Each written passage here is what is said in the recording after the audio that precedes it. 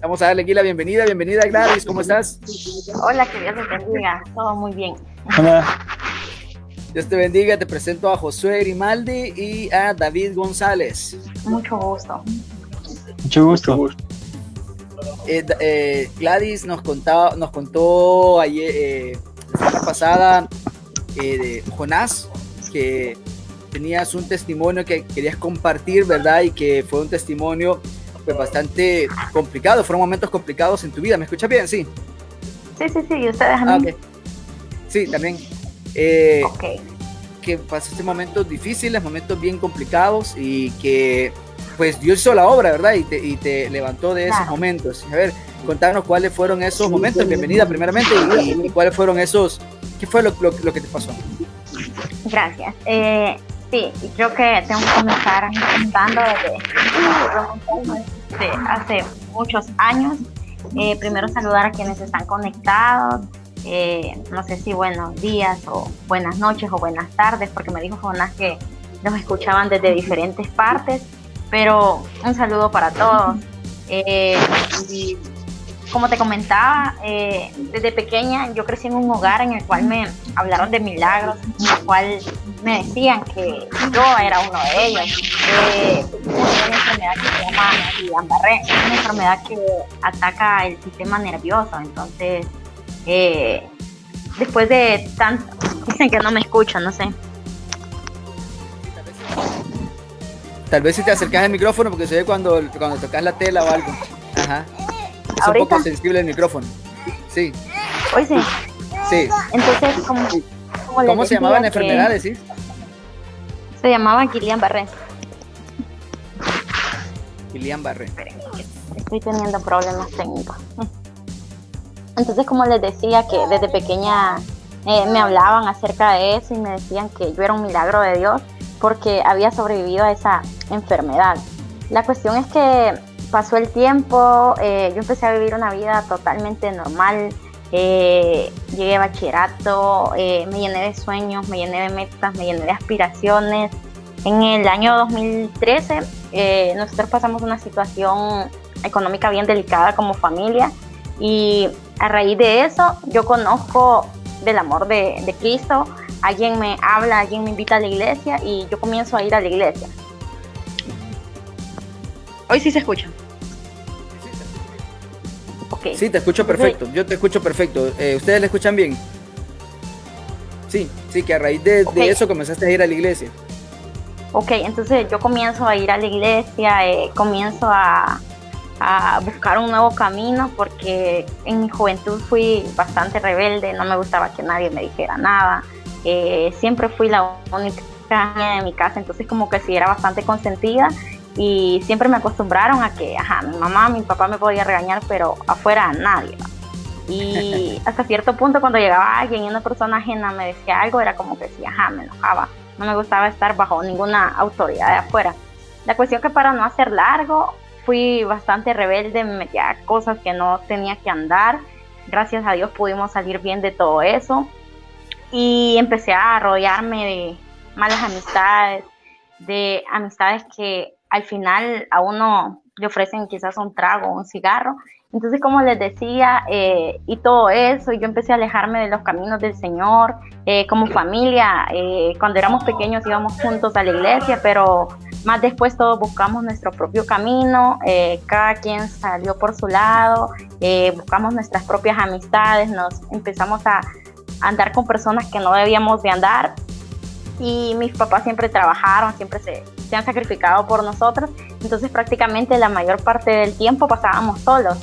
La cuestión es que yo empecé a llenar mi corazón de cosas que eran totalmente negativas, empecé a sentir una ausencia de Dios en mi vida, pero también a la larga empecé a sentir la necesidad que necesitaba un encuentro personal con Dios, y todo eso como que sí, a la larga me alejaba más, porque yo veía que un montón de vecinos, de personas iban a la iglesia, y aunque yo ya había ido, a mí eso llenaba mi corazón como de un poquito de, no sé si, no era odio, pero, o sea, empezaron a caerme mal los cristianos, porque yo decía, estos no son nada, porque yo esperaba, anhelaba que alguien llegara, que me compartiera una palabra, que me invitara a la iglesia, que me dijera de un Jesús que podía cambiar mi vida. Y como que si todo eso empezó a alejarme más y más de Dios. Y yo decía, Dios no existe. Si Dios existiera, toda esta gente fueran distintas, esta gente mostrara más amor. ¿Cómo voy a creer? Que agarraste como un rencor, digamos, porque tenías una expectativa que no fue llenada. Exacto, y entonces yo decía, ¿y cómo Dios puede existir en el corazón de estas personas si estas personas andan la Biblia bajo el brazo y al final no son nada, no tienen nada de amor, no le hablan a la gente, y para ser así no quiero ser nada? Y me empecé a alejar más de Dios.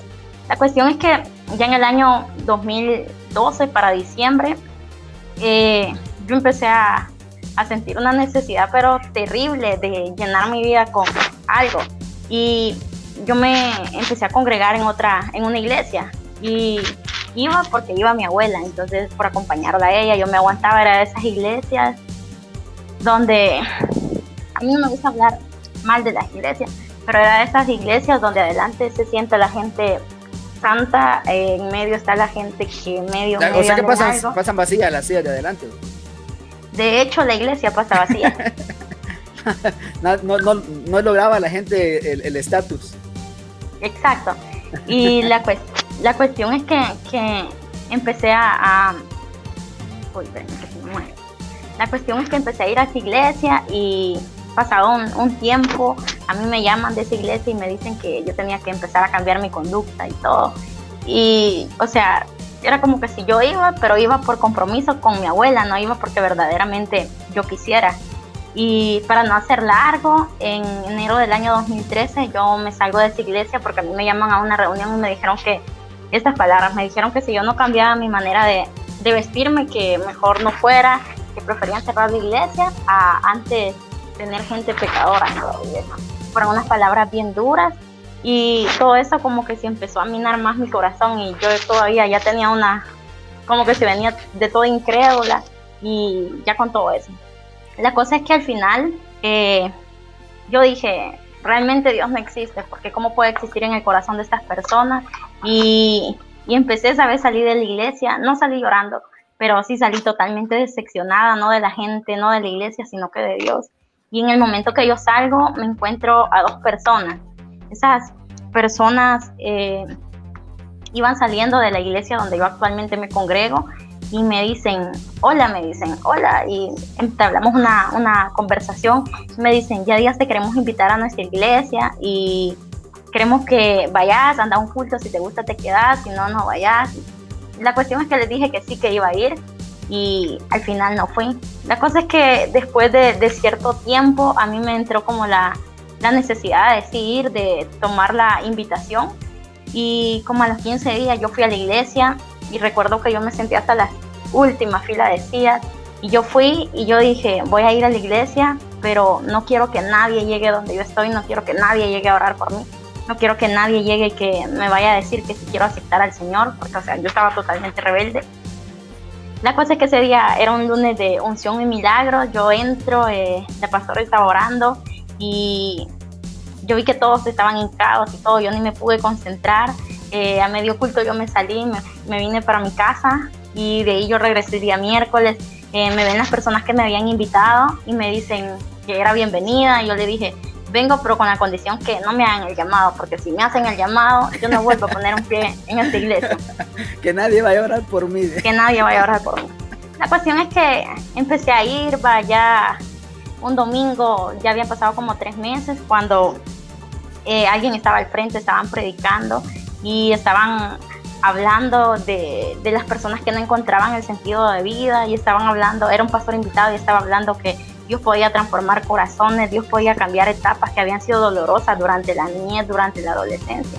Y me había hecho el llamado y yo ya estaba al frente, y yo le dije a la muchachona que iba yo a la iglesia, yo quiero aceptar a ese Jesús. Y es que yo empiezo a meterme más, empiezo a servir, y bueno, no a servir, empiezo a ir a las clases de bautismo, previas al bautismo, y luego me bautizo, empiezo a servir, y todo chivo. En las iglesias siempre suelen hacer retiros, entonces en mi iglesia hicieron un retiro, y yo dije, ay, voy, no voy. La cosa es que iba a ir mi mamá, a la larga mi mamá pagó y no fue ella y me mandó a mí. Y yo ni quería ir. En una de las plenarias que hacen en ese retiro había una persona orando. La persona que estaba orando me ve desde lejos, me llama y era, bueno, después de que yo había aceptado, era la segunda vez que alguien llegaba donde yo estaba y oraba por mí. Llega y me pregunta, dice... ¿A todo esto ¿Sí? vos ya todavía estabas en el tratamiento por la enfermedad? No. Yo ya había salido de todo eso. Ya había salido todo eso. O sea, había salido de la Guillain-Barré, entonces no había entrado al otro proceso al cual quiero entrar ahorita. Okay. Ajá. Entonces, esa vez, esa persona estaba orando, estaba predicando y me llega donde yo estaba y empieza a decirme: yo veo en vos que vas a tener un testimonio que va a impactar muchas vidas, el Señor te va a llevar a las naciones. Y empieza a darme palabras. Y eso fue en el año 2013. Y yo dije, quizás lo de la Guillain-Barré, o quizás todo lo rebelde que había sido durante mi niñez, durante mi adolescencia. Y me quedé pensando en esa palabra. Eso fue en marzo del 2013. Justo todo ese año empecé a servir, empecé a meterme de lleno a la iglesia, empecé a buscar a Dios y empecé a dar lo mejor de mí en la iglesia. Y cuando Dios sabe cómo lleva todo, pero quizás cuando en mis mejores tiempos de servicio, de primer amor, me encontraba justo en febrero del año 2014, a mí me da acababa de entrar a la universidad, era el primer día de la universidad, un miércoles, a mí me da un dolor de estómago totalmente fuerte, me entra ese dolor de estómago y en cuestión de horas yo ya no me podía levantar, no me podía sostener bien. La cuestión es que me voy de emergencia para el hospital. En el hospital, cuando ven que yo iba realmente mal, me pasan rápido con la doctora. La doctora me dice que tenía una apendicitis aguda. Anteriormente yo vivía etapas que a mí me daba fiebre y yo pasaba con dolor exagerado, pero como que si yo nunca le puse cuidado, y habían semanas enteras en que yo pasaba con un dolor de estómago terrible y en las noches yo pasaba con unas fiebres horribles, pero en las noches y el siguiente día mi vida normal. La cosa es que viene y voy donde la doctora me dice que me iban a operar de la apéndice. Que en las noches te haga feo. Me agarraba la chiri en la noche. Luego me preparan, me dicen que me van a operar, me preparan, llega el siguiente día, me operan, entro al quirófano y justo cuando yo iba en la entrada del quirófano me encuentra un amigo que era doctor y me dice: vos, ¿para dónde va, Chele? Y yo ya iba preparada para que me operaran. Y le conté lo que estaba pasando y me dice: no, hombre, no te preocupes, yo te voy a operar y que no sé qué. Y entonces me dice que te metan, que te pongan la anestesia y yo te voy a operar. Entonces ese día entro al quirófano, yo no sé qué más pasó, pero recuerdo que sí escuchaba, o sea, cuando me estaban operando, porque no me durmieron general, sino que fue anestesia nada más raquídea, solo tenía dormido la mitad de mi cuerpo. Entonces yo recuerdo que los médicos decían que yo tenía la vejiga baja, entonces entre dormida y todo y despierta escuchaba que decían todo eso, pero o sea, sí tenía como un sueño y a la larga era como que estaba y no estaba. Y esa vez me operan del apéndice, salgo en victoria y empiezo nuevamente mi vida normal. A los 8 días yo vuelvo a la universidad y pasa todo eso. A los 15 días me llaman del hospital, me llama esa persona que me había operado y me dice que querían hablar conmigo. Era un martes y me llaman del apéndice. Sí, en febrero. Sí. Y era un martes y me llaman y me dice que querían hablar conmigo, que me presentara el siguiente día al hospital. Y yo dije, ok, ni quería ir, sino que yo dije, quizás ellos quieren hacer algún estudio, hacerme preguntas, voy a mandar a mi mamá. Y pensaba no ir. La cuestión es que al final mi mamá me convenció y nos vamos las dos. Ya tenía orden el vigilante de dejarme entrar. Y cuando ya yo llego a la sala donde estaba, era que me habían citado a la sala del director del hospital, el médico que me había operado a mí, que les digo que era mi amigo, yo sin saberlo, pero era el director del hospital, ya Dios ya había preparado todo. Y ya había estaba en la sala del director, había un psicólogo, había un médico general, había un cirujano y habían otros médicos más que ahí me explicaron. Y ya me entro y me dicen que no iban a andar con tanto rodeo, que me habían operado hace 15 días, y que la operación había salido mal, que había encontrado un tumor en el intestino. Y cuando me dijo eso fue como que sí, ¿y qué pasaba? Y yo todavía no lograba captar todo eso. Y me dice... O sea, vos fuiste por el apéndice. Ajá, yo fui por la apéndice. Y al final te encontraron también ese tumor en el intestino. Entonces mandaron la biopsia del apéndice y el apéndice había resultado que tenía cáncer. Entonces la cuestión es que llego y cuando me dicen todo eso, yo todavía no lograba captar, porque solo me dice un tumor canceroso, creo que me dijo en el intestino. Y yo le dije, ¿y eso qué quiere decir? Y me dijo un doctor que estaba ahí, que tenés cáncer y que te vas a morir.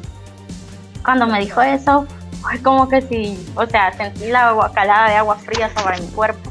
Yo pedí que si podía salir de la sala y ellos me dijeron que en ese momento yo quedaba ingresada en el hospital, era menor de edad y ya habían dado orden de que me prepararan una cama, ya me tenían en el cuarto, o sea, ya todo estaba listo. Y recuerdo que yo iba por unas vereditas, porque en el hospital es como un bosquecito y yo caminaba sobre unas vereditas y cuando yo iba caminando yo sentía mis pies totalmente pesados, pero era como que si todavía no reaccionaba a la noticia. Yo sentía que a la larga era como un sueño el cual no quería estar viviendo y como que si quería omitir mi realidad.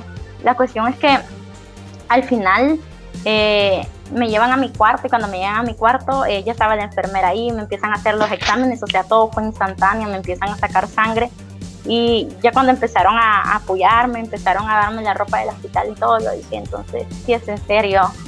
Y me pusieron todo lo que me tenían que poner, yo me quedo sola donde estaban porque había un montón de pacientes, entonces casualmente mi cama colindaba con un ventanal y en ese momento que se van todos, yo espero que se desocupe, me doy la vuelta a donde estaba el ventanal, agarro la cobija y me la tiro encima y empiezo a llorar. Y empiezo a llorar como un niño y empiezo a preguntar qué pasó.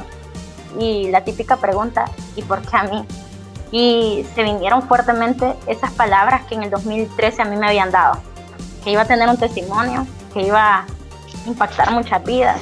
Y no les voy a decir que a partir de eso me levanté y que empecé a vivir por fe y que empecé a hacer milagros en el hospital, a caminar sobre las camas y todo eso, es mentira. Sino que, o sea, empecé a vivir una realidad, o sea, totalmente terrible. Empecé a vivir el verdadero proceso, un verdadero desierto. Y me empezaron a hacer un montón de exámenes, chequeo tras chequeo. Habían veces que me dejaban semanas enteras sin comer, sin agua, sin nada, porque los exámenes eran bien fuertes. La cuestión es que me empezaron a preparar, porque me iban a poner quimioterapias, me empezaron a preparar para un montón de cosas. Y me dijeron que me iban a hacer una operación donde me iban a remover 15 centímetros de intestino y que hasta ahí. La cuestión es que ya me preparan y todo, me empiezan a hacer TAC y empiezan a ver que el cáncer no se hubiera regado en todo el cuerpo. Y justo cuando me hacen un TAC, antes de la operación, me dicen que tenían una mala noticia, que el cáncer había hecho metástasis al hígado y que había encontrado unas manchas y que no sé qué.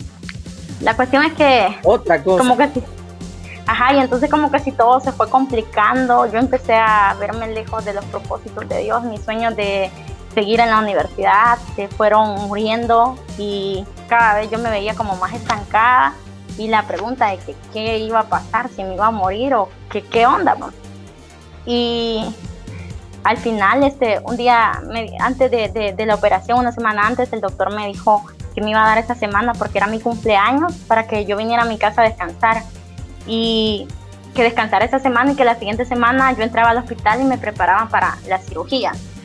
Entonces, esa semana yo me vengo para mi casa a descansar, pero a la larga aprovecho para ir a la iglesia.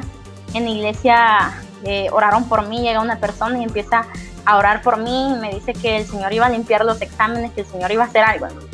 Y justo pasa esa semana, cuando yo regreso al hospital, me repiten los exámenes y el hígado ya estaba limpio, pero el intestino todavía salía lo demás. Entonces, al final sí necesité la operación. Me hicieron una hemicolectomía derecha en la cual removieron 45 centímetros de mi intestino. Me habían dicho primordialmente que iban a ser 15, a la larga casi fue medio metro. Y después de la operación, bueno, antes de la operación a mí me empezaron a preparar, tenía que tener mi estómago totalmente limpio, me hacían exámenes dolorosos, no podía tomar agua, no podía comer, o sea, nada por boca, todo era por el suero y todo. Y me llevan al quirófano, entro a las 6 de la mañana al quirófano, salgo tipo 8 de la noche del quirófano. Y yo recuerdo que lo primero que hice cuando salí del quirófano fue tocarme mi estómago. Y me empiezo a tocar mi estómago y empiezo a sentir el montón de esparadrapos. Y empiezo a ver sondas y empiezo a ver un montón de cosas en mi estómago, un dreno. Y yo empecé, o sea, todavía me estaba pasando la anestesia, esa vez sí había sido anestesia general. Y yo caigo en una ansiedad en ese momento en que yo me empiezo a ver como totalmente derrotada y pensé que, o sea, hasta aquí llegaron mis sueños. Y, o sea, yo esa noche, literalmente le pedí a Dios que yo no quería vivir más. Y, o sea, me vi como una persona derrotada. Perdido, ya. O sea, me sentí totalmente frustrada. Yo dije, mi vida se terminó, hasta aquí llegué. Y hice la oración de reconcilio por cualquier cosa. Y, ¿por qué? Ajá, por las dudas. Y todo fue totalmente bien feo. Y esa noche yo recuerdo que, o sea, fue totalmente dolorosa. Ya me movieron al cuarto. Me entró una sed terrible porque había estado mucho tiempo sin tomar agua. Y por los tubos que a uno le meten por la garganta, entonces todo eso al final le reseca. Y me entró una sed terrible. Yo esperé que se durmieran todos y como a la par habían unos pacientes, esperé que se durmieran todos, agarré la botella de agua del que estaba a la par, así toda adolorida y todo, y empecé a tomar del agua del que estaba a la par. Y una enfermera me ve y me lleva a mi cama. Ustedes saben cómo son de amables algunas enfermeras. Y esa noche me dormí. Esa noche me dormí y al siguiente día que llega el doctor me dice, mira, vos has desobedecido una orden, vos no has hecho caso. Así que agarro esta silla y agarro una silla que estaba ahí y la voy a poner a la par tuya y voy a esperar a ver cómo te morís poco a poco. Era la segunda vez que ese doctor me decía que yo me iba a morir. Y cuando ese doctor me dijo eso... Fue el mismo que te dijo al principio que tenías cáncer y que te ibas a morir. Sí. Y cuando ya pasó eso, yo ni estaba quizás en mis cabales porque todavía estaba con lo de la reacción de la anestesia. Y yo me llené, o sea, de una frustración, de un odio, o sea, terrible. Yo sentía que cuando las personas me llegaban a visitar, o sea, llegaban y lo hacían por lástima. Y yo en mi cama yo le decía a Dios que yo ya no quería vivir, que yo no quería quedar en ese estado. Y esas eran mis oraciones, que yo no quería vivir, que yo ya no aguantaba. Y a la larga, o sea, me daba una sed terrible, pero una sed terrible. Y mi mamá lo que hacía era, porque mi mamá siempre estuvo conmigo desde el primer día que entré al hospital, y mi mamá lo que hacía era que agarraba un algodón y lo metía en un vaso y me empezaba a mojar los labios. Y era lo único que podía tomar de agua, pero a mí me entraba una desesperación todavía que quería más. Y lo que yo hacía era que cuando a mí me iban a bañar, yo agarraba mi cabello y yo empezaba a exprimirlo con mi boca con tal de obtener una gotita de agua. Y o sea, era bien feo. Sí, me imagino la sequedad, ¿verdad? La sequedad. Una sequedad terrible. Sí, y entonces toda esa semana fue bien difícil. Y el doctor que todos los días llegaba y me decía, bueno, y todavía no te has muerto. Y siempre con su mentada hacía. La cuestión es que hasta que yo entré en mis cabales, bueno, mi mamá me hizo entrar en mis cabales un día que yo me levanto de mi cama, voy donde estaba el médico, y lo agarro de las orejas, le empiezo a hacer hacia la cabeza, él era medio calvo, y le empiezo a retorcer y le digo que yo quería agua. Deme agua, yo quiero agua, y le empiezo a retorcer. Y mi mamá me agarra del brazo, me lleva a mi cama y me dice, vos le estás mendigando un vaso de agua a un hombre, tanto tiempo que has pasado en la iglesia, no puedes orarle a tu Dios. Mi mamá en ese tiempo ya no iba a la iglesia. Y me dice, no puedes orarle a tu Dios que te dé agua, que te sacie. Y a mí me dio mucha vergüenza. Yo me quedé callada y agarré la cobija nuevamente, me la tiré sobre mi rostro y yo empecé a hacer una oración en ese momento. Porque fue como que sí, o sea, quizás hasta el final no fue mi mamá que me dijo eso, sino que fue Dios a través de ella. como recordándome, o sea, su poder y quién era Él. Y Sí. empecé a orar y empecé a pedirle que saciara mi vida, que me perdonara, que en sus manos estaban mis tiempos, que hiciera lo que tenía que hacer conmigo, que no eran mis planes, que no era mi vida, sino que era Él en mí. Y empecé a hacer una oración. Ese día yo me quedé dormida toda la tarde.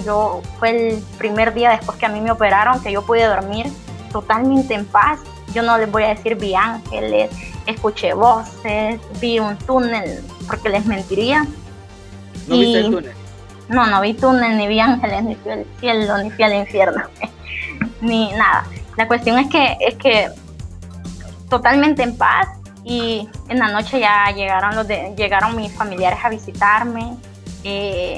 No tuve mucho que decirles al final, o sea, fue el primer día en que yo dormía en paz, y empezó a venirse nuevamente esa palabra en mi mente: tu testimonio va a edificar muchas vidas, va a impactar muchas vidas.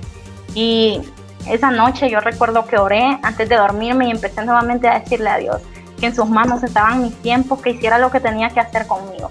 Y empecé a decirle que hiciera su obra en mí, y que si hasta aquí llegaba, pero que Él tenía el control de todo. Al final, esa noche me quedo dormida, ya llega el siguiente día, y al siguiente día yo me levanto y como que si ese sueño que había tenido esa noche, o sea, fue como un descanso que verdaderamente venía de Dios.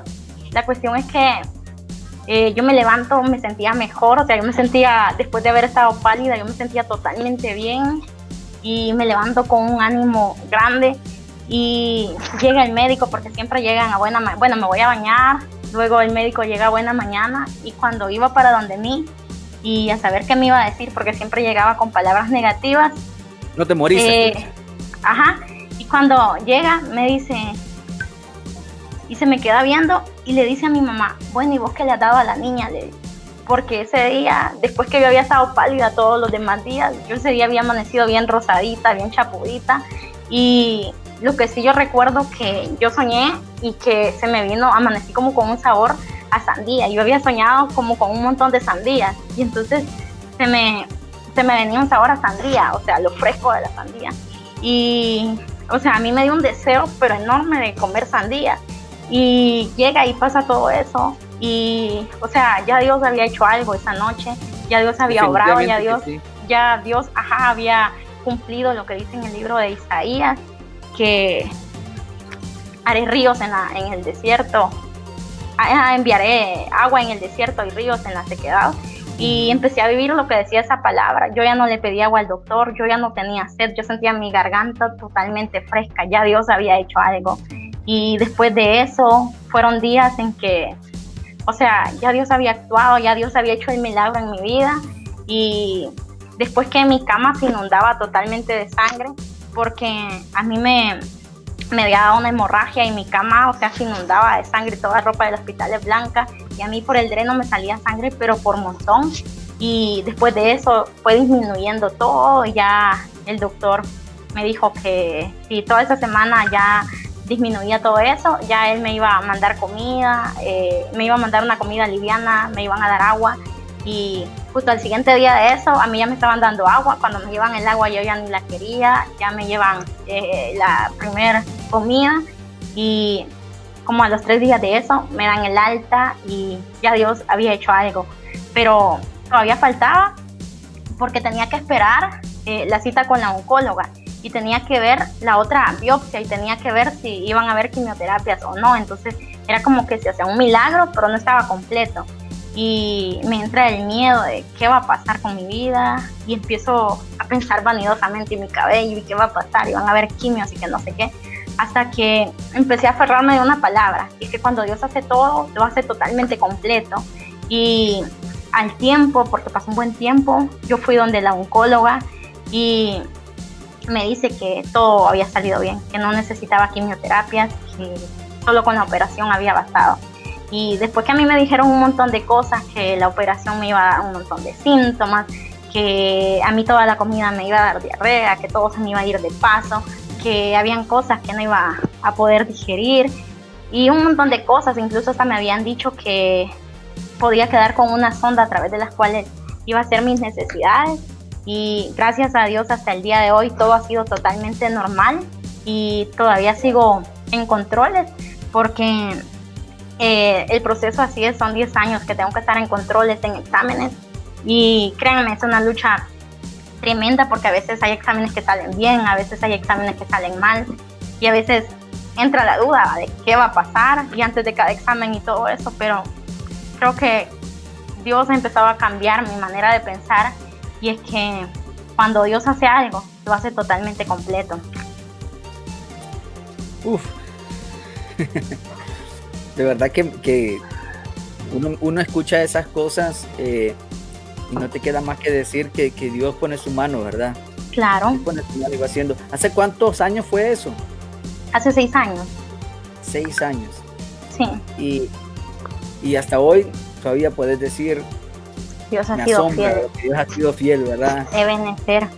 Y de hecho, después de todo eso, incluso hubo un examen, yo hace poco hablaba con una amiga, que hubo un examen que decía que yo tenía una masa en el ovario, y empiezan a hacerme estudios y me empiezan a preparar, porque me dijeron que probablemente yo iba a perder mis ovarios. Esta semana encontraba los exámenes donde decía que tenía un tumor en el ovario, en un paciente que ha tenido cáncer. Todo tumor, toda masa, ellos le dicen que es cáncer y todo lo asocian a cáncer, y me empiezan a preparar incluso para eso, para quitarme los ovarios y todo eso. Pero nuevamente Dios hizo la obra, Dios limpió los exámenes, y gracias a Dios ya eso no pasó más. Y así he visto la misericordia de Dios. Me encontraron un problema después en el corazón, estuve en control con la cardióloga, y nuevamente Dios hizo la obra, volvió a limpiar mis exámenes, y así Dios ha ido actuando, ha ido moviendo su mano de poder, y todavía seguimos aquí, y hasta hoy puedo decir, Ebenezer, Dios ha estado conmigo, hasta aquí me ha ayudado. Hay gente que siempre se pregunta dónde está Dios en la crisis, ¿verdad? Y quizás en el momento de la crisis parece en realidad que está ausente. Claro. Pero cuando miras los resultados te das cuenta que Él estuvo ahí. Claro. Ahí es donde no tenemos que perder la fe, ¿verdad? Ahí es donde no tenemos que perder la convicción. Y es lo que yo le decía, cuando a mí me pasó esto, un montón de gente que me vino a decir que los está azotando el Señor, y a veces uno ya entra a la mente. ¿Hola? No faltan la gente que te dice eso. Exacto, y hay gente que puede decir, no, hombre, el Señor les ha enviado un castigo divino y que no sé qué y que no sé cuándo, pero es mentira. Dios no castiga, Dios no azota a nadie, sino que exacto, Dios tiene propósitos para la vida de cada ser humano, y esos propósitos nos redireccionan a después poderles hablar a otros de milagros y poderles decir. Hay temporadas que cerrar. Exacto. Y eso es el tema de esta noche, de hecho, es las temporadas que hay que cómo se cierran las temporadas, el fin de una temporada. Yo creo que atravesaste una temporada y esa temporada terminó y empezó una temporada nueva. Y no me cabe duda, y te lo pregunto para asegurarlo, que después de eso han habido también problemas, han habido altos, han habido bajos, han habido momentos buenos, han habido momentos malos. Exacto, pero tenés la confianza de lo que te pasó. No, y es lo que yo le decía, que hay momentos en que exámenes salen bien, exámenes salen mal, y, o sea, no le voy a decir que, o sea, vivo por fe y que creyendo con todos los ánimos de que todo va a salir bien, sino que también, como todo ser humano, a veces me desmotivo, hay exámenes que me duelen, a veces todavía me enojo, a veces todavía le pregunto a Dios, ¿y qué pasó? A veces, o sea, todavía lloro delante de la presencia de Dios y le hago muchas preguntas, y creo que dejaríamos de ser seres humanos si no llegamos a este momento. Pero correcto. Dios siempre tiene maneras diferentes de obrar, y al final creo que Él ha sido fiel. Él ha estado conmigo, y a veces, así como he escuchado malas noticias en mis exámenes, así como he visto malos resultados, así también he visto buenos resultados que han sido más, y así he salido del consultorio de la doctora con las manos levantadas, no por mi misma fuerza, sino que con la ayuda de Dios. Y así también he visto cómo otros pacientes han pasado procesos difíciles, así como he visto gente quedarse en el camino, pero cada proceso, cada persona tiene un proceso distinto, y porque yo vea que los demás están muriendo, porque yo vea que la historia de los demás está saliendo mal, no quiere decir que eso va a marcar mi historia, sino que Dios tiene diferentes formas de actuar sobre cada uno de los seres humanos. Así es, tenés toda la razón, tenés una visión de Dios que solamente dan las crisis, en realidad. Hay veces que solo la crisis te hace entender muchas cosas de Dios, y eso lo vemos en la Biblia, ¿verdad? Vemos hay algún autor por ahí de un libro que dice Israel nos presenta al Dios de las crisis. Exacto. Porque no se puede conocer a Dios o no pudo Israel conocer a Dios si no fuera por las crisis. Exacto. ¿Cómo conoció al Dios proveedor? Aguantando hambre. Exacto. No, y hay al Dios ganador, estando enfermo. Y hay una parte que a mí me gusta y a mí me impacta y me impresiona el libro de Job. Yo nunca me he tratado de comparar a Job, porque lo que a mí me ha pasado no le llega ni al dedo gordo a lo que pasó Job. Pero después que a Job le pasa todo lo que le pasó, a mí me impresiona, porque en el versículo 42 dice, de oídas se había oído, mas ahora mis ojos te ven. Y entonces Dios lo hace entrar en una dimensión a uno que yo digo, puedo hablar de milagros, puedo hablar de provisión, puedo hablar de un Dios sanador, no porque alguien me lo haya contado, sino que porque yo lo he experimentado en mi vida. Y creo que es lo que nos hace diferente a los demás, que alguien venga y se para al frente y te diga que Dios puede sanar, que Dios puede obrar, que Dios puede proveer, pero solo porque lo ha visto en la Biblia, lo ha leído o ha leído una historia. Pero es muy diferente a cuando vos lo has vivido en carne propia, cuando Dios te ha sacado del desierto. Nadie te lo ha contado, es lo que se ha vivido. Exacto. Y claro, es importante también aprender de las experiencias de otros, ¿verdad? O sea, no decirle, yo quiero pasar por eso para aprender a creer. No, hay que ver que alguien pasó por eso y lo que esa persona aprendió, y poder nosotros decirlo también de esa manera. Como y saben que después de todo eso yo decía, yo me traumé tanto con los exámenes, con los doctores, perdón. Yo decía, yo cuando me den el alta, yo no voy a volver a poner un pie en ningún hospital, yo no voy a volver a ir a los hospitales, ya nomás me den el alta, yo no me asomo ni a ver a nadie a ningún hospital. Y sobre después, todo el que te decía cada mañana. Exacto. No, al final él renunció a mi caso y al final no sé qué pasó con él. Pero eso me faltó decirle, que quizás me voy a remontar un poquito atrás, que cuando a mí él me dio el alta, yo llego donde él estaba y yo le digo, ya vio que el dueño de mi vida no era usted, el dueño de mi vida es Dios. Y ya después él pidió que cambiaran el caso, ya me empezó a ver otro médico y así Dios ha ido actuando. Y como les decía, yo decía, yo no voy a volver a poner un pie en ningún hospital, yo no voy a volver a regresar a ningún hospital.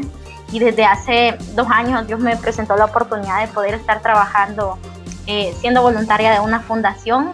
Entonces la fundación me ha abierto las puertas para poder llevar el área espiritual. Ellos trabajan a través de musicoterapia, también a través del payaso de hospital, pero yo soy la encargada del área del hospital, del área espiritual. Del área espiritual. Sí.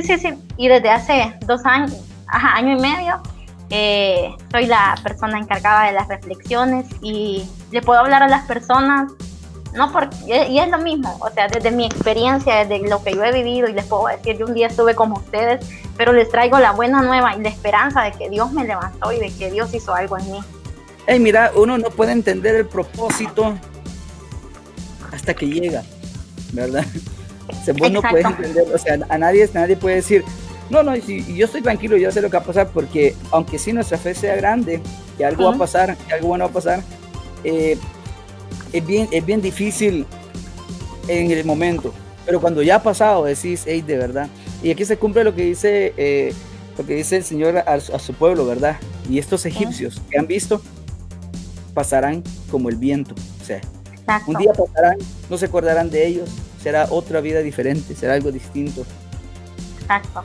Y entonces aquí seguimos, Dios ha sido fiel, ahora estamos trabajando en esa área, en esa parte del hospital a través de esa fundación. La persona que es el fundador de la fundación, valga la redundancia, él también es sobreviviente de cáncer, y la mayoría de personas que estamos dentro de la fundación somos sobrevivientes.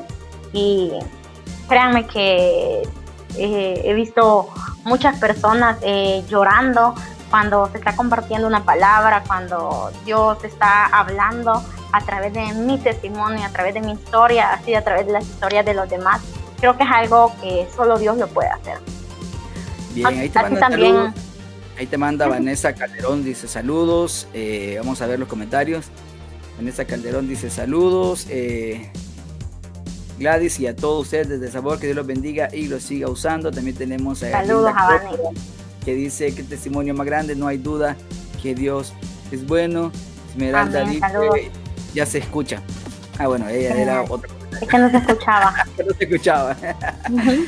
Bueno, Gladys, ha sido un gusto poder hablar contigo y poder escuchar este poderoso testimonio. No sé si mis compañeros quieren agregarle algo o preguntar algo más.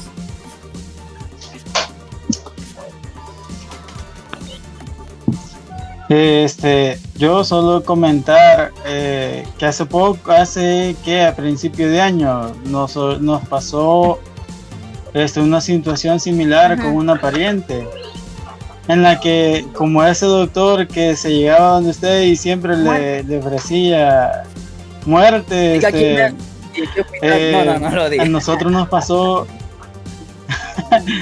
fíjate que a nosotros nos pasó de que a mi prima le dijo, salió un médico y le dijo, tu mamá de esta noche no pasa, le dijo, ella fue operada por un tumor en el cerebro. Así como los memes. Pues cabal,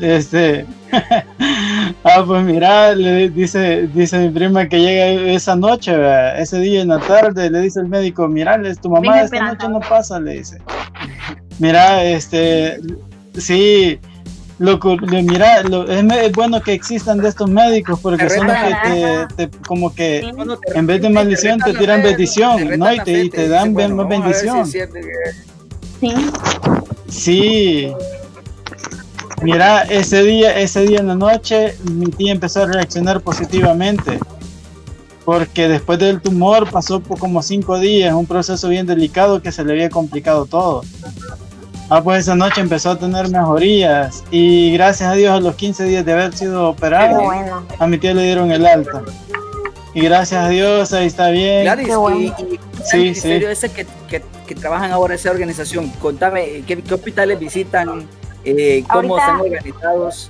Sí, actualmente visitamos el Hospital Rosales. Solo tenemos como el permiso para el Hospital Rosales, pero tenemos la fe y la esperanza de que vamos a seguir creciendo. Y como le decía, trabajamos el área de musicoterapia, el área de payaso de hospital y el área espiritual. Entonces, me gusta mucho. ¿Cómo hacen actualmente por la situación del país?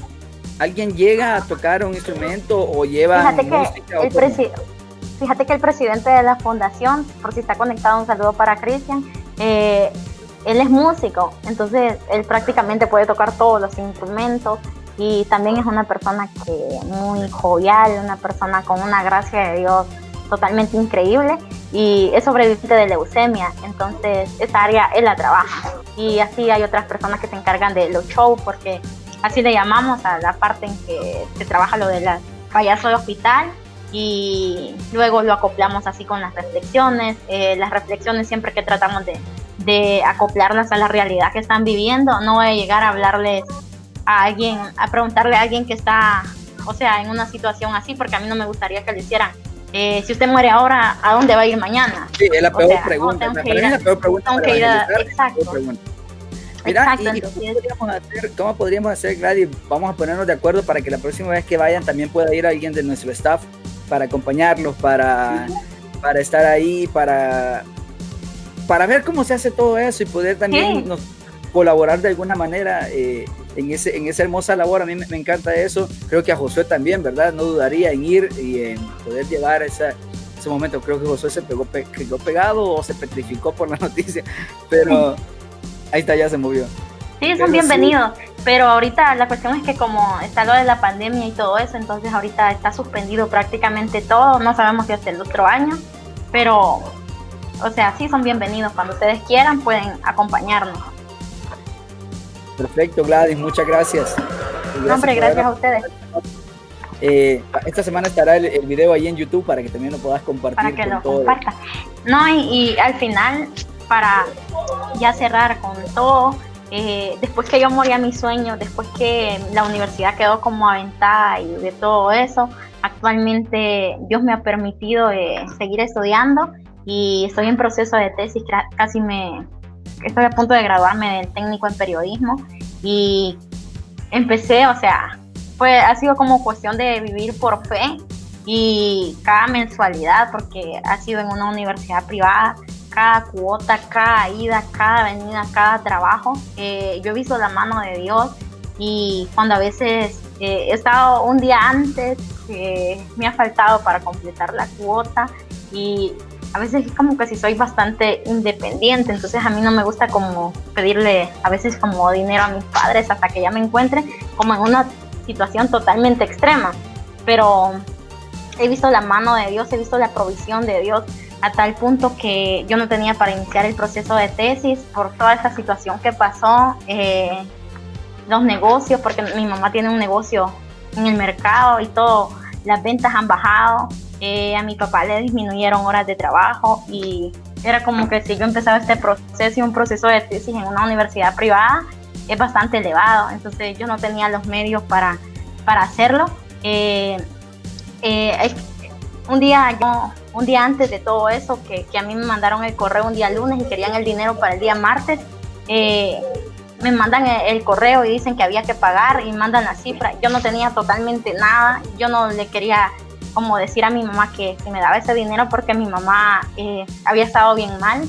Sospechamos que mi mamá tuvo COVID por todos los síntomas. ¿No le hicieron exámenes? No estaban haciendo en ese tiempo, aquí se puso como bien difícil y no estaban haciendo. La cuestión es que mi mamá se puso bien mal y la situación de mi hogar de la casa se puso bien difícil y yo no quería como pedirle dinero. Esa madrugada antes yo me puse a orar y me puse a decirle al Señor que si hasta aquí llegaba todo. Y me puse a decirle que no eran mis sueños, no eran mis planes, que no eran mis propósitos, sino que eran sus sueños, sus planes y sus propósitos en mi vida. Esa noche yo le dije que en sus manos estaban mis tiempos y que Él tenía el control de todo y que si Él me había permitido llegar hasta aquí en la universidad, Él tenía el control de todo. Y yo le dije que yo no le iba a pedir nada, que yo no iba a mover nada, sino que Él iba a actuar. Esa noche yo escribo una publicación en mi Twitter y escribo un poco de mi historia. Las personas lo miran, la publicación se vuelve viral y las personas empiezan a enviarme, o sea, a ayudarme, y una persona llama a la universidad y pagó lo de la matrícula para iniciar el proceso de tesis. Y así he ido viendo la fidelidad de Dios en mi vida. Y actualmente mis redes, mi Twitter se ha vuelto como bien popular estos últimos días. He tenido la oportunidad de compartir mi testimonio en diversos medios y el martes me entrevistan de otro medio y con eso puedo decir que he salido en las noticias y en todos los medios del país, en todos los medios conocidos del país. Bárbara, se cumplió la palabra, ¿verdad? Que ibas a ir por diferentes lugares y claro, uno no sabe. Ahora solo me falta viajar. Sí, claro. Ahora solo me falta salir. Y ahorita ya estamos exacto. Te están escuchando en Perú, te están escuchando en España, te están escuchando en Argentina, te están escuchando en Costa Rica, te están escuchando aquí, te están escuchando en México, en Estados Unidos también. Bueno, vamos a ir a esta pausa y luego venimos con algo más. Esto es Mil Motivos Radio. Lo que traemos ahora te va a estremecer. Esto es un show que no es un show para todo el mundo. Mil Motivos. Esto te levanta si tú estás caído. Esto te anima para que sigas vivo. Esto no es un show, no son palabrerías. Esto es agua viva de noche y de día.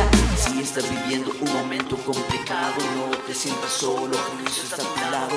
Y si lo que quieres es sentirte que estás vivo, agudiza tus sentidos, saque un motivo. Esto es más que un show, esto no es fantasía. Aquí hay gozadera, prueba y pan de vida. Esto es la alegría, esto es encendido.